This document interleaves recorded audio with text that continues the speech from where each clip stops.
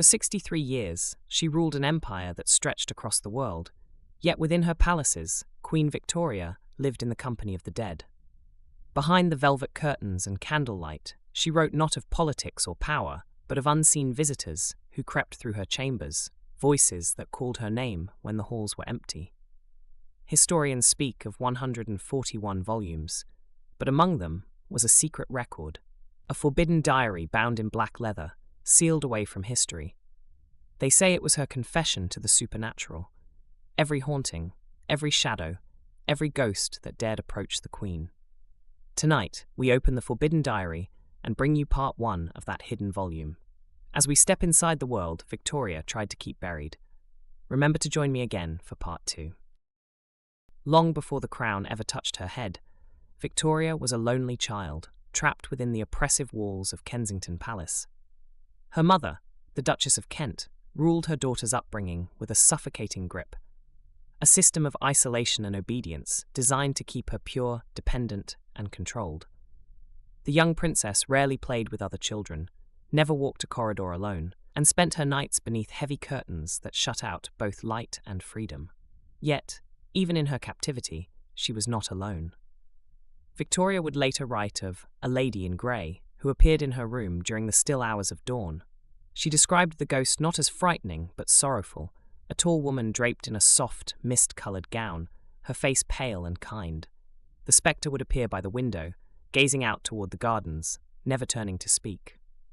Sometimes Victoria would awaken to the faint fragrance of lavender. Her maids dismissed it as fancy. The palace staff already knew of her.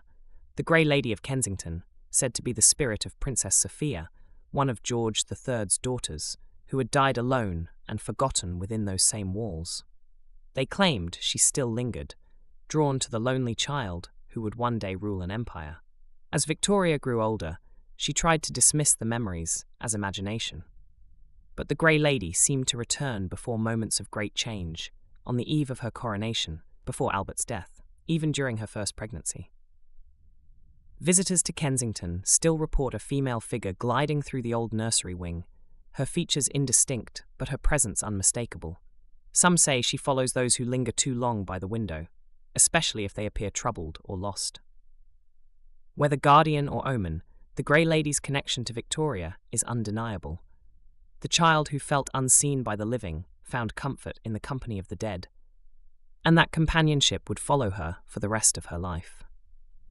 In the weeks before her coronation, Victoria was a young woman carrying the full weight of a nation upon her shoulders. The palace slept, but she could not. On one restless night, she rose from her bed and crossed to the window that overlooked the garden. The moonlight pooled across the lawns, but it was the shadow moving below that caught her eye. Each night thereafter, at precisely the same hour, the figure returned. A tall man in dark clothing, who was pacing back and forth beneath her window, his head bowed as though in prayer. When she summoned the guards, they found no intruder. When she returned to the window, he was gone. Some believed it was simply nerves before her crowning day, but others believed it was King George III, her great-grandfather, whose mind had withered into madness within those very palace walls. The resemblance was uncanny, they said. The old king had been known to wander the grounds at night, murmuring hymns to the unseen, convinced he was speaking to angels. Perhaps death had not released him from that routine. Victoria, who had grown up in the shadow of family tragedy, could not shake the belief that his spirit had returned to witness her rise. When she finally became queen, she claimed the shadow did not return, as though his vigil was complete. Even now, staff at Kensington and Windsor speak of a figure walking the gardens in the early morning mist. He never strays far from the windows of the royal quarters, as if still keeping watch over the lineage he left behind. Whether the spirit of a mad king or the echo of history itself, his nightly walks remind those who serve the crown that even power cannot silence the restless. When Victoria and Albert first took residence in Buckingham Palace, they found it grand yet strangely cold. The endless corridors and high ceilings seemed to carry whispers in their own right. At first, the Queen dismissed it as the creaks and groans of an old building settling into its age. But one voice did not belong to any echo. It was soft, distinctly feminine, and spoke her name, Victoria, just beyond the door. She would rise, open it, and find only darkness. Night after night, the voice returned. The Queen began recording the incidents in her secret journal. She calls my name from the corridor. I answer, but she is never there. When she mentioned it to Albert, he reassured her gently, believing grief and exhaustion played tricks on her mind. Yet soon, the maids began talking of their own encounters. They heard weeping in the west corridor near the Queen's chambers, and once a soft humming that faded away. Old records eventually revealed the truth. Decades before Victoria's reign, a young maid had taken her own life after being falsely accused of theft, a treasured brooch belonging to a previous royal mistress. Her body was discovered in a disused stairwell, her innocence proven only after her death. The palace staff buried the story quietly, but perhaps her soul never left. One night, Victoria awoke to find her bedchamber door ajar and a chill rolling through the room. She could hear faint sobbing. When she turned, she saw a figure standing at the foot of her bed, head bowed, dressed in the plain garb of a servant. Then, as quickly as she appeared, she was gone. The Queen ordered that corridor sealed, yet the sound of weeping is still reported there to this day. Windsor Castle has stood for nearly 1,000 years, a fortress of kings, soldiers, and secrets. Its stone walls have absorbed the prayers, oaths, and final breaths of countless souls. But among its legends, none is as enduring as the hooded monk who kneels in the chapel each Sunday evening. Queen Victoria herself recorded him once in her hidden journal. He kneels by the chapel each Sunday eve, muttering prayers long forgotten. It began during one of her solitary walks at dusk. Passing through St. George's Chapel, she noticed a cloaked figure kneeling before the altar. The air was bitterly cold, her breath visible in the lamplight. She hesitated, thinking it was one of the clergy, but as she drew near, the figure did not move. When she reached out to speak, the monk simply vanished. The scent of incense lingered long after he was gone.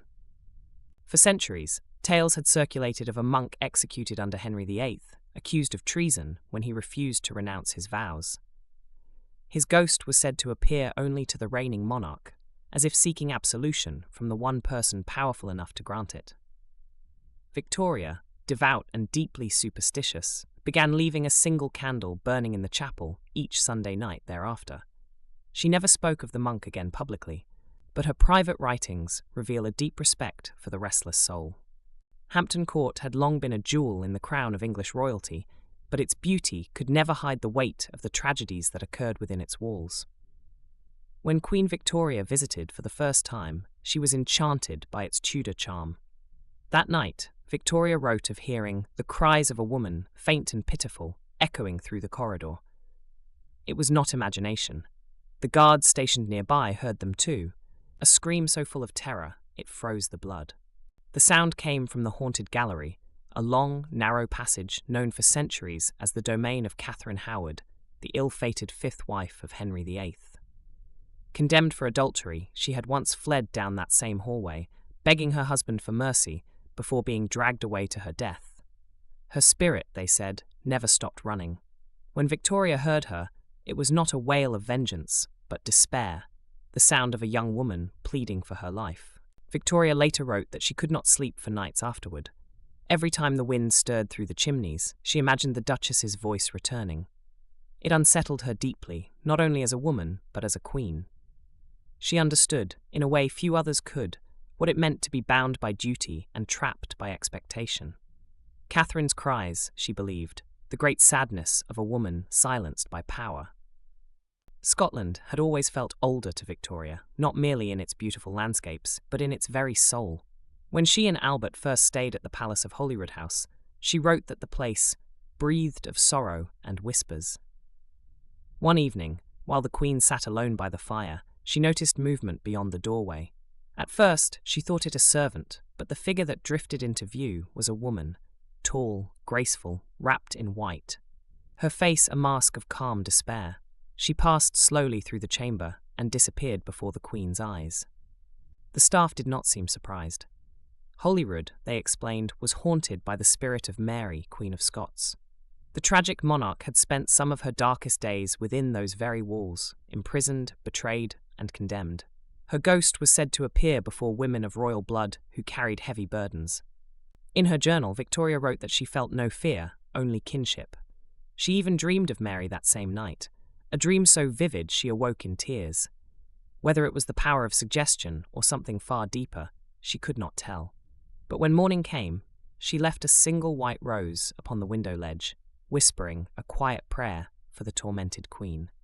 It was a winter evening when the Queen first heard it, the sound of horses in full gallop, though the grounds outside Sandringham were blanketed in snow and silence. The windows rattled, the dogs whined, and the faint sound of wheels thundered down the drive. Servants rushed outside, expecting to find an urgent arrival, but there was nothing, only a single trail of frost curving across the path, as if something unseen had passed.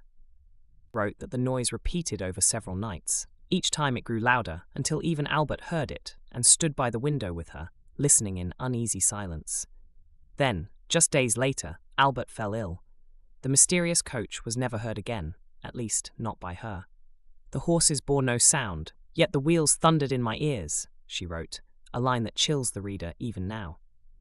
Long before Victoria's reign, locals in Norfolk spoke of a phantom carriage that appeared before great deaths or disasters in the royal family. It was said to be drawn by spectral horses, their hooves glowing faintly in the dark, their driver cloaked in black. The legend called it the Harbinger's coach. Its passage was not random, it came only to foretell loss. Years later, during Victoria's long mourning, a footman reported hearing the same sound one December night, hooves pounding furiously, as though racing against time. The Queen, already dressed in black, simply nodded when told. "He has come again," she said softly, and dismissed the man. No one knows what she meant, but that same week, her daughter Alice passed away. Of all the spirits that haunted Queen Victoria, none were as dear or as relentless as the one belonging to her beloved husband. Prince Albert's death in 1861 shattered her completely. She withdrew from public life, cloaked herself in perpetual mourning, and filled her palaces with relics of their life together. But grief is a door easily opened, and Victoria opened it wide. Soon she began to feel him near. "My beloved is near. I feel the weight of his hand upon mine, yet none stand before me," she wrote. At first it was small things, the smell of his cologne, the faint creak of his chair, the sudden flutter of papers on her desk. Servants noticed her conversing quietly with empty air. She ordered that Albert's room remain untouched, his clothes laid out each morning, as though he might return. And in some impossible way, perhaps he did. On several occasions, attendants claimed to hear two voices in her chamber when only one person was inside. Once a maid swore she saw the prince's silhouette cast upon the curtain beside the Queen's bed. Victoria sought solace through spiritualists, hosting secret seances and mediums within Buckingham Palace. Some recorded her trembling with emotion as the table lifted or a bell rang in the still air. Yet even in her disbelief, she longed for him too deeply to turn away. She once wrote, "If it is madness, then I welcome it, for it is all that keeps him near." Every royal estate has its legend, but Windsor Castle's is darker than most. The locals call it the Black Dog, a phantom beast said to appear before great tragedy. When Victoria first heard of it, she dismissed it as superstition, but her tone changed after one night in 1845. She had been walking the ramparts alone, reflecting on a troubling report from Ireland, when she saw movement across the lawn, a large, low creature with glowing eyes, the colour of dying embers. It paused, staring up at her from the shadows, then vanished before her guards could reach it. The Queen described it in her journal as a beast of shadow, silent as fog, its gaze heavy with sorrow.